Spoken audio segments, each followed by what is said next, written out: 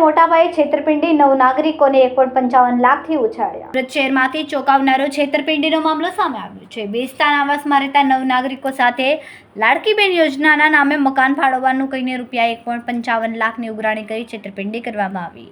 ફરિયાદ મુજબ આરોપી મોહમ્મદ અફઝલ રશીદ અંસારી લોકોને પહેલે તો મકાન બતાવીને વિશ્વાસમાં લીધા અને ત્યારબાદ મકાનનું ફોર્મ ભરીને એમની પાસેથી રકમ વસૂલ કરી। નાગરિકોને મકાન મળવાની આશા રાખીને રૂપિયા આપ્યા હતા, પરંતુ રકમ લઈને આરોપી સંપર્ક વિહોણો થઈ ગયો। સમગ્ર મામલે ડિંડોલી પોલીસ સ્ટેશન ખાતે ફરિયાદ નોંધાઈ છે અને પોલીસે આરોપી સામે છેતરપિંડીનો ગુનો નોંધીને તપાસ શરૂ કરી છે। સુરત શહેરના ડિંડોલી પોલીસ સ્ટેશન ખાતે એક ફરિયાદ નોંધવામાં આવી છે। આ ફરિયાદમાં ચીટિંગ બાબતની ફરિયાદ છે કે જેમાં ભોગ બનનાર નસીમબાનો શેખ છે।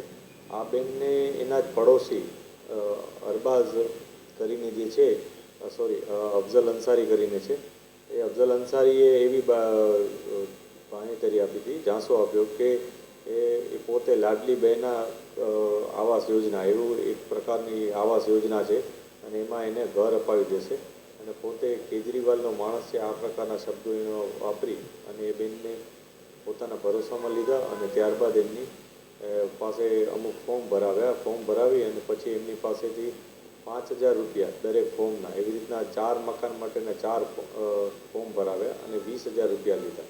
આવી રીતના એણે અનેક લોકો સાથે છેતરપિંડી કરી।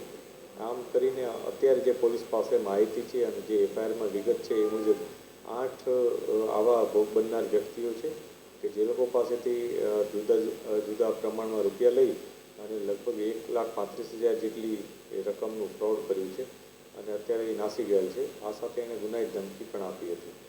પોલીસ જે આરોપી છે અફઝલ અંસારી એની તપાસ કરી રહ્યા છે।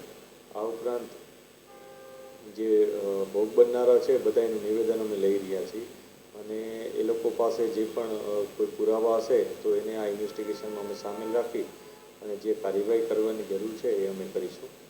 અત્યારે આરોપીની ધરપકડના પ્રયાસો ચાલુ છે।